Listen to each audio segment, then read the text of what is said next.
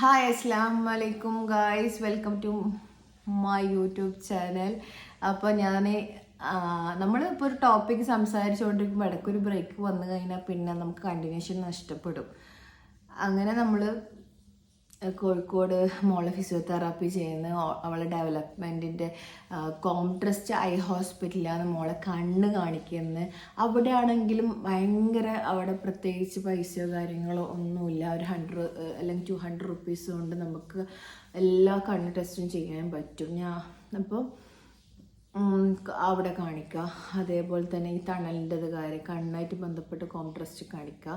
Assessment ചെയ്യണമെങ്കിൽ തണൽ എന്ന് പറഞ്ഞിട്ടില്ല, നമ്മൾ താഴെ ചൊവ്വ ആ റോഡിലാണ്, ക്യാപിറ്റൽ മാളിൻ്റെ മേലെയാണ്.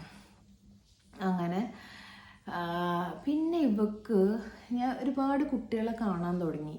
ഫിസിയോതെറാപ്പിക്ക് പോകുന്ന സമയത്ത് കുറേ കണ്ടീഷനിൽ കുട്ടികളെ കാണാൻ തുടങ്ങി. ആ കുട്ടികളെ അമ്മമാരായിട്ട് സംസാരിക്കാൻ തുടങ്ങി. പിന്നെ സാറിൻ്റെ അടുത്ത് ഞാൻ എന്താക്കും, ഓരോരോ ഡിഫറെൻറ്റ് കേസസിലെ കുട്ടികളെ അമ്മമാരെ നമ്പർ വാങ്ങി അങ്ങോട്ട് വിളിച്ച് ഞാൻ സംസാരിച്ച് അവരെ കുട്ടിയുടെ അസസ്മെൻറ്റ് എന്താണെന്ന് നോക്കും. ഞാൻ പറയുന്നത് അങ്ങനെ ഒരിക്കലും നിങ്ങൾ ചെയ്യരുതെന്ന്. കാരണം എൻ്റർലി ഡിഫറെൻ്റ് ആണ് ഓരോരോ കുട്ടികളുടെ ബ്രെയിന്. എന്തെങ്കിലും ഡാമേജ് ഉണ്ടെങ്കിൽ എൻ്റർലി ഡിഫറെൻ്റ് ആണ്. ആ കുട്ടി ചിലപ്പോൾ നടന്നിട്ടുണ്ടാവും, ചിലപ്പോൾ നടക്കാണ്ടിരിക്കുക. 5 വയസ്സാകുമ്പോൾ നടക്കും, 10 വയസ്സായി നടക്കും. പക്ഷെ നമ്മളെ കുട്ടിയുടെ കണ്ടീഷൻ അതായിരിക്കില്ല. സോ നമ്മൾ കമ്പാരിസൺ നടത്തുമ്പോൾ ഞാൻ കമ്പാരിസൺ നടത്തിയിട്ടുണ്ട്. അതുകൊണ്ടാണ് പറഞ്ഞത്, നിങ്ങൾ ആ കുട്ടികളെ കാര്യങ്ങൾ മനസ്സിലാക്കാൻ ഇതാക്കുക. പക്ഷെ നമ്മൾ അത് വെച്ചിട്ട് ഒരു എക്സ്പെക്റ്റേഷൻ കൊടുക്കാൻ ഞാൻ കൊടുത്തിട്ടുണ്ടായിരുന്നു.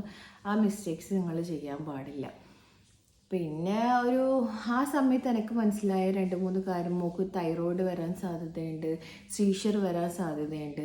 സീഷർ എന്ന് പറഞ്ഞാൽ അപസ്മാരം വരാൻ സാധ്യതയുണ്ടെന്ന് ഞാൻ മുൻകൂട്ടി ഒരു 5 മാസം ആകുമ്പോൾ തന്നെ മനസ്സിലാക്കിയത് കൊണ്ട് പിന്നീട് ഞാൻ കാണുന്നത് വെച്ചാൽ 9 മാസമായ സമയത്ത് ഇവക്ക് ഒരു നെട്ടിപ്പ്. ഞാൻ എൻ്റെ മനസ്സിൽ ഇങ്ങനെ പറഞ്ഞു, സീഷറായിരിക്കുമോ, അപ്പോൾ അപസ്മാരമായിരിക്കുമോ എന്ന് ഞാൻ ചിന്തിക്കുന്നു. അങ്ങനെ ഞാൻ ആ സമയത്ത് സാറ് വീട്ടിലേക്കാണ് വരുത്ത് ഇത് ഫിസിയോതെറാപ്പി ചെയ്യാൻ വേണ്ടിയിട്ട്. കോവിഡ് അല്ലേ.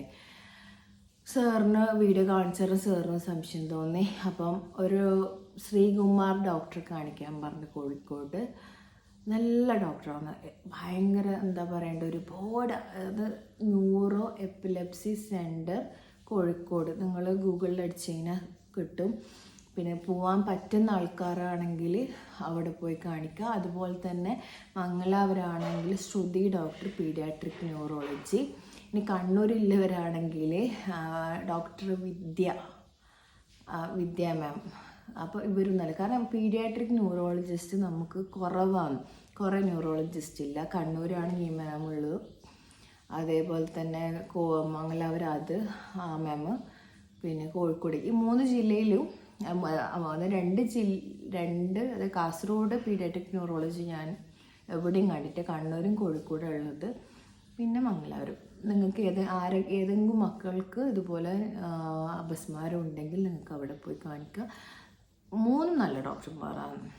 ഏറ്റവും എക്സ്പീരിയൻസ്ഡ് ആയിട്ടുള്ളത് ശ്രീകുമാർ ഡോക്ടറാണ്. ആൾ കുറച്ച് ഏജ് വൈസും അതിനായിട്ടൊരു ക്ലിനിക്ക് വരാൻ സാറിനുണ്ട്. പക്ഷെ വിദ്യ മാം ആയാലും നല്ല കംഫർട്ടബിൾ, ശ്രുതി മാം ആയാലും കുഴപ്പമൊന്നുമില്ല. ഞാൻ ഈ 3 ഡോക്ടറേക്കും കാണിച്ചിട്ടുണ്ട് കേട്ടോ. അതുകൊണ്ടാണ്. അപ്പം എനിക്കിപ്പോൾ അടുത്തിപ്പം വിദ്യ മാമിനെ കാണിക്കും. സീഷർ വന്ന് ഇതായി. അപ്പം എനിക്ക് പാനിക്കായി. മോക്ക് സീഷർ വന്നു കഴിഞ്ഞാൽ ഇവളെ മൈൽ സ്റ്റോൺസ് ഒക്കെ അച്ചീവ് ആയതെല്ലാം ഡിക്രീസ് ആവും, 0 ആവും. അപ്പോൾ എനിക്ക് പേടിയാവാൻ തുടങ്ങി. ഇവൾ നല്ല കഴുത്തിൽ ഇങ്ങനെ ഉറച്ച് 1 വയസ്സിലെല്ലാം ഇങ്ങനെ ആടുന്നുണ്ട് കഴുത്ത്. പിന്നെ ഇവക്ക് അപസ്മാരം എന്ന് പറഞ്ഞാൽ നിൽക്കുന്നില്ല. അപ്പോൾ അങ്ങനെ സ്റ്റിറോയിഡും കാര്യങ്ങളെല്ലാം കൊടുക്കാൻ തുടങ്ങി. മോള് നല്ലോണം തടിച്ച് പിന്നെ അങ്ങോട്ട് കഥ തന്നെ പോയി.